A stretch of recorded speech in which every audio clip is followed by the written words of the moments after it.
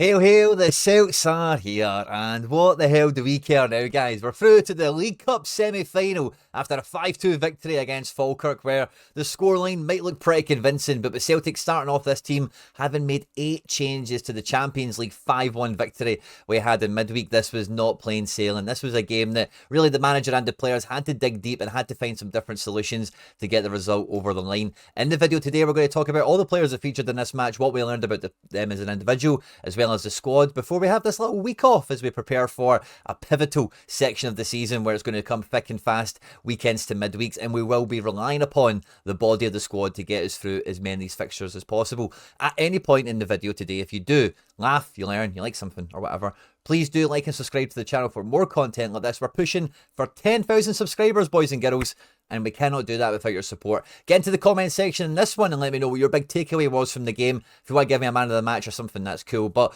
you know, after you leave in this match, what's the big thought that's at the front of your head? A player that's maybe not cut the mustard or not up to scratch, or maybe somebody that did come in and surprise you and show you that they could be a valuable member of the Celtic squad. And, yeah. Let's just get stuck straight into this one. Because for me, I always enjoy doing these videos a little bit more when the opposition has actually had a bit of a go, when they've actually asked some really difficult questions of us, when they've gave it their all, and, you know, when they've had some sort of relative success in the match that we've then had to come out with those solutions like I mentioned in the intro. And for me, Brendan Rodgers said this post-match and he couldn't have said it any better, but I do think this is sincerely the toughest opponent we've faced so far this season. If we have a look at the results that we've had so far, of course undefeated, with before today only conceding that one goal to Slovan Bratislava. I think Falkirk looked a lot better than Slovan Bratislava. And if you look at the first 3 league games we had this year against opponents that traditionally have gave us a really tough time, those games against Kilmarnock, Hibs and St Mirren were all dead and buried really in the first half. You know, it was comfortable without it being a game where we went and scored 5+ goals or anything like that. The Rangers game, you don't need me to tell you, that was pretty plain sailing. And Hearts, although we went into that half time at 0-0, you know, they didn't really cause us too many threats. They were just really difficult to break down and open the door for. And eventually, obviously, we did and got the victory. So out of the 7 teams we've played so far, for me, I think Falkirk has definitely been the toughest opponent. And that's not down to quality of player or anything like that. It's really down to desire and tactics from the manager in terms of a game plan of going out to try and win that. So I think we should tip our cap to Falkirk. And it's, you know, we'll maybe see you next year in the Premier League if you keep up your promotion hopes, as it were. But we go on to the semi-final, the draw's been made. We're going to be playing Aberdeen. That should be a good fun one as well. Another team who are undefeated domestically.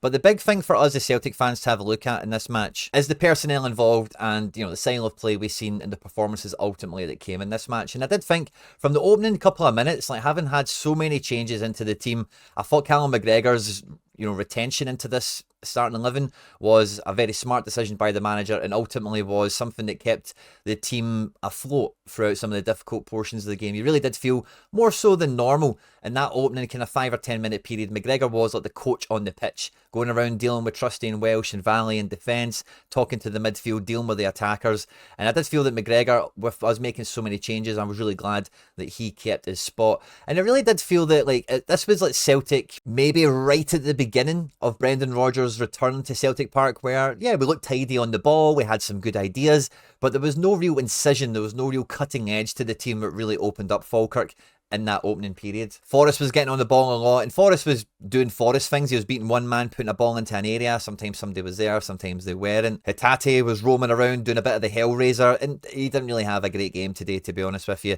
And alongside Bernardo, Ralston and Ida, we've seen some more regular faces that we know can carry the water for the team, that can do their job, can do their role. So I think all of us were paying a bit more attention to the other players, the more fringe players that were coming into this. And for me, above all of them, I was really watching out for Valle to see how he would do today. Is he a guy that could offer something different or better than what Taylor does, whether that be offensively with maybe some pace or maybe a good kind of cross on him, a good eye for a pass, or maybe even 1v1 defensively, being a lot harder to get round and being a lot more resolute. And I think really for the first goal, I was actually thinking, we'll talk about this a bit more in a second, but for the first goal, I thought he was fouled really badly. The ball gets put up here for the boy Agimang, and Valle gets the header, then Agiman is like proper, like holding him back, stopping him getting the ball, and the boy McIver just comes onto it, and fair play to him. It's a really good goal. It's a really good take from him.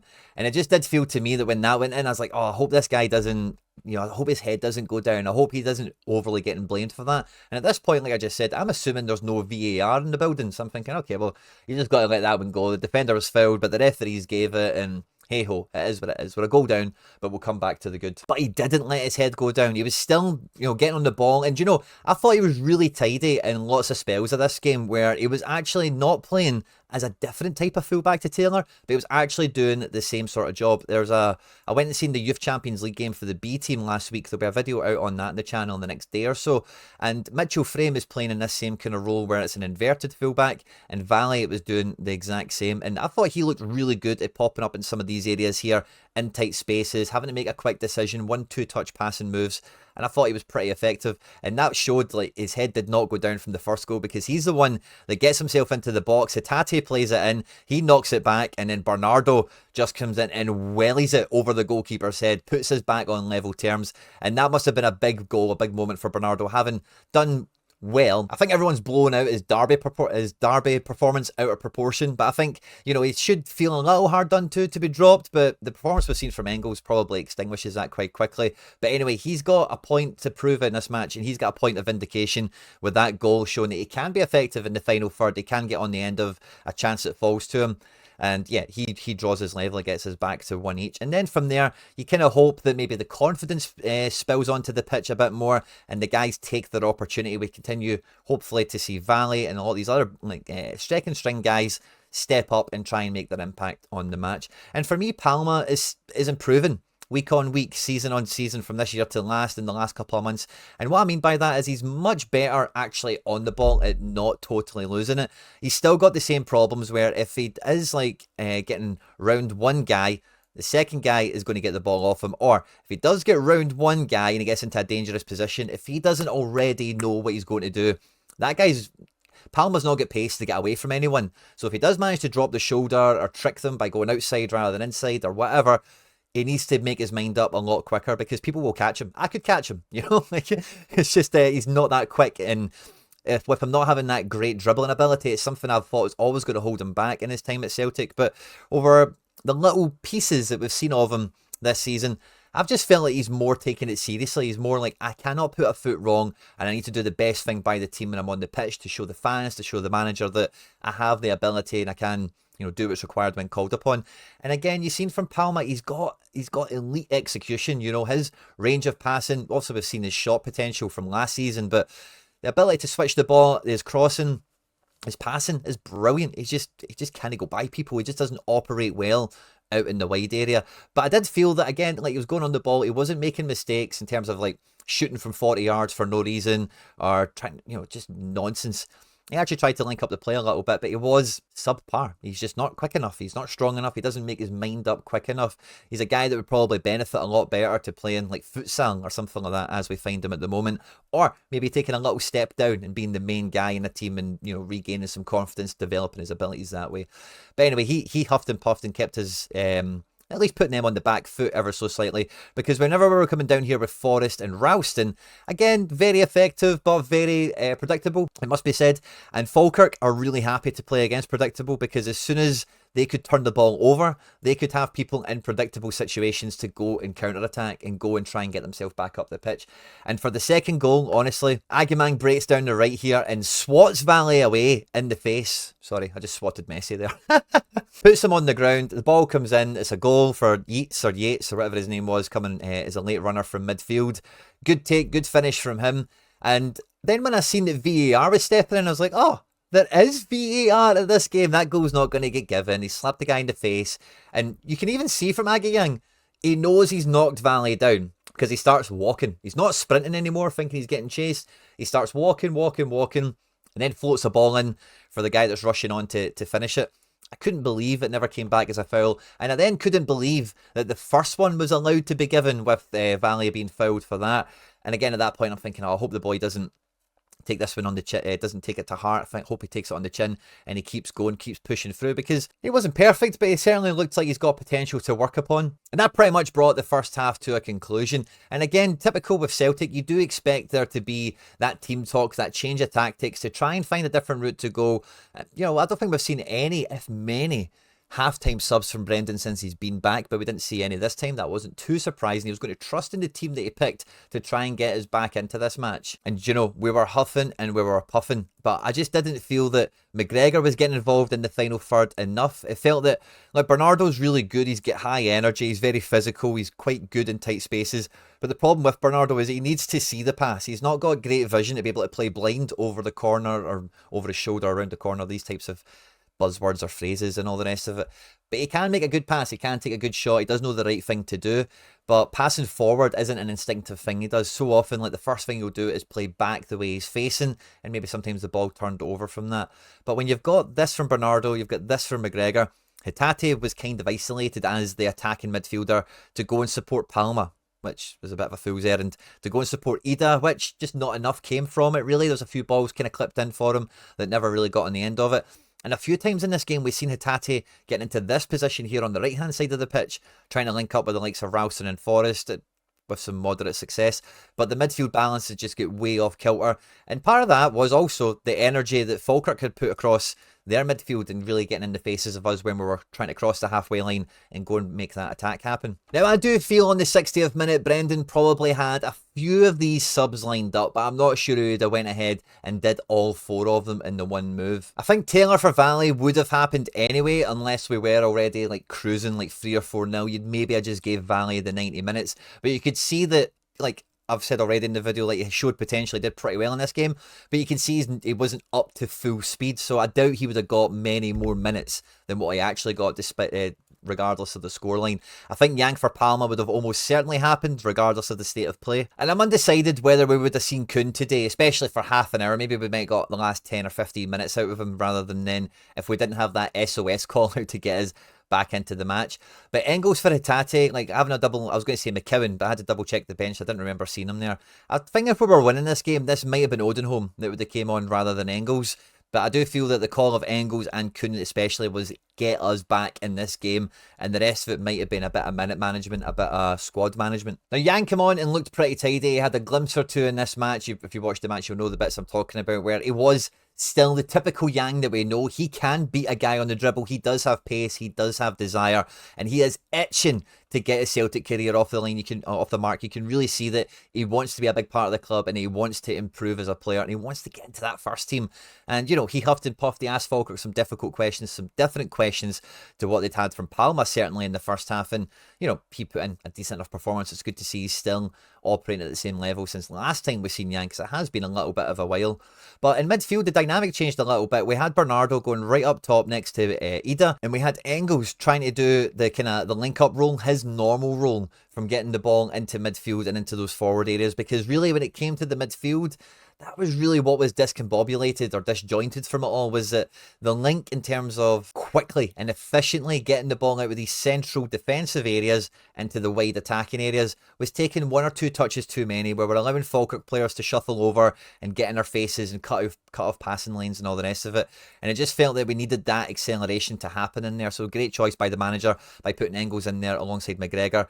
And then having Bernardo up here just gave you an extra threat, an extra physical presence, and an extra player to bounce passes off of for the wingers. And I was saying it in my post-match Bratislava, but honestly, Nicholas Kuhn for me is the most important player, is the most effective attacking player that we have at the club right now. That is apparent now for everyone to see.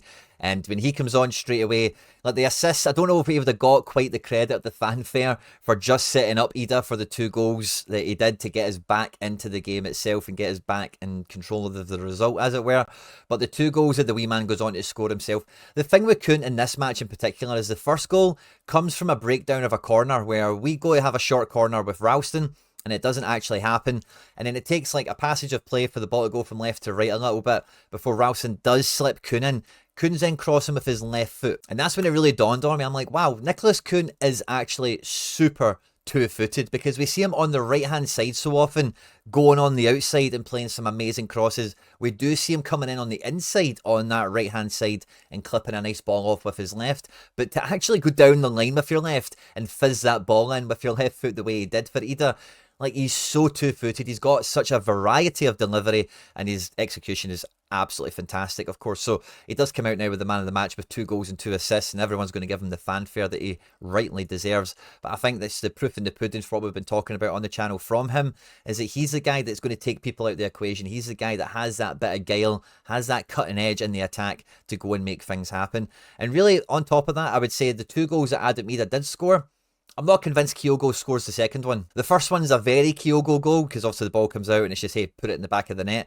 But that second one, Adam Idah's touches, his strength to get round the defence, his composure, one-on-one with the goalkeeper this close in. I'm not sure Kyogo scores that one. So I think Adam Idah has done himself no harm at all in terms of his chances of maybe usurping Kyogo in some of the games where the manager might be, who should we be picking for this one? So Adam Idah comes out of this with absolute pass marks, flying colours as well. But I think everyone's going to remember this as a Nicholas Kuhn game. Playing 20 minutes of the match, getting 2 goals, 2 assists in the man of the match is something to be sang about, I think. And really, the other big takeaways that I've got from this match, I'll say when Taylor came on for Valle, I think the main difference in the two of them was, like, when Taylor came on, he has no fear, he has that experience, he knows the job, he knows the team, he knows the role very, very well, and he doesn't really have the scars of maybe the goals conceded, maybe hurting his confidence or whatever. So Taylor did add an extra zest and a real experienced confidence to come in here and do Taylor things, overloading and that inverted fullback spot, piling up with McGregor to make sure the ball didn't turn over on us, etc.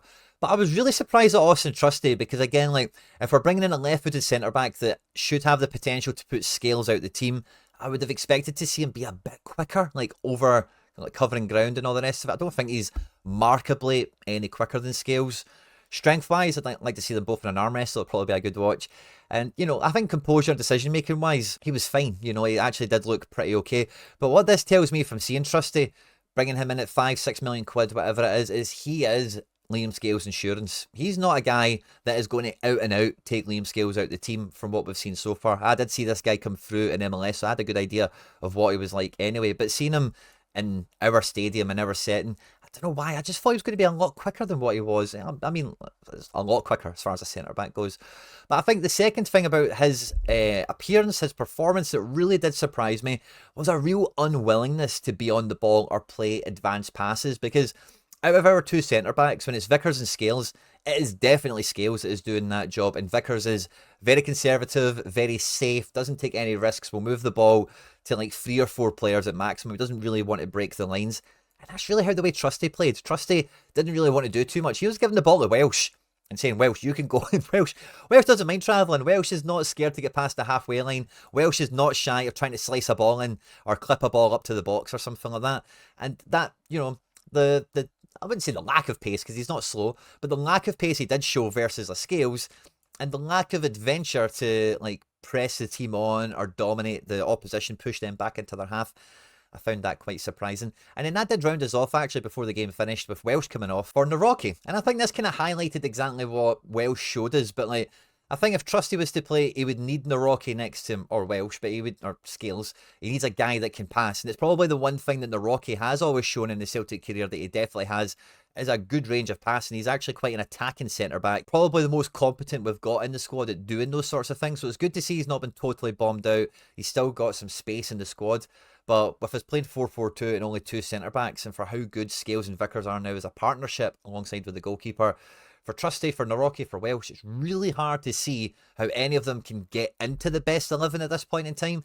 And then it is really hard to see where they get minutes outside of us competing on all fronts all the way throughout the entire season. But this was a huge W for the Celtic transfer policy, I think, for the Celtic squad, and obviously for the club and the fans and everything else. It was a great cup game as well. And one of the things, like I mentioned before, I love seeing teams that actually try and play football against Celtic. And, you know, the 5-2 result might show like, oh, it backfires on you eventually, but that's not really how this game actually panned out. You know, we started with a second string team and brought first team players on, and Falkirk are in the second tier. If this was a team in the first tier, you would imagine they've got better players. And although our first team is way stronger than really the team that started this against Falkirk, it's definitely not, it's football. It's 11 guys via 11 guys. And I'm happy for other teams to be negative against us and give us all the possession in the world and try and like let us win matches, really. But for the good of Scottish football, for the national team, you need to be training, you need to be coaching players how to have, you know, the ability to win matches, how to solve these problems, how to unlock the door. And the more Scottish teams that can do that, the more Scottish players will be able to do that, you know. So that's just really where my incentive is for that. So the game finishes 5-2. It maybe could have been 5-0. As I say, I'm quite dubious over both the Falkirk goals. I think it was a great performance overall. It was a great spectacle for the neutral. If any neutrals were watching this, it was probably just Celtic, Falkirk and Rangers fans who watched this one. So a great spectacle for all. And yeah, we're in the semi-final now against Aberdeen. Brendan said he wants a treble, and we're on our way to getting it back, guys. Let me know your thoughts in the comment section. Don't forget to hit the subscribe button on this one. We're pushing for 10k subs. Don't forget to hit that subscribe button on screen. And now some other stuff that we've made that YouTube thinks you might enjoy. Enjoy the rest of your weekend, and we'll see you soon, guys. Hail, hail.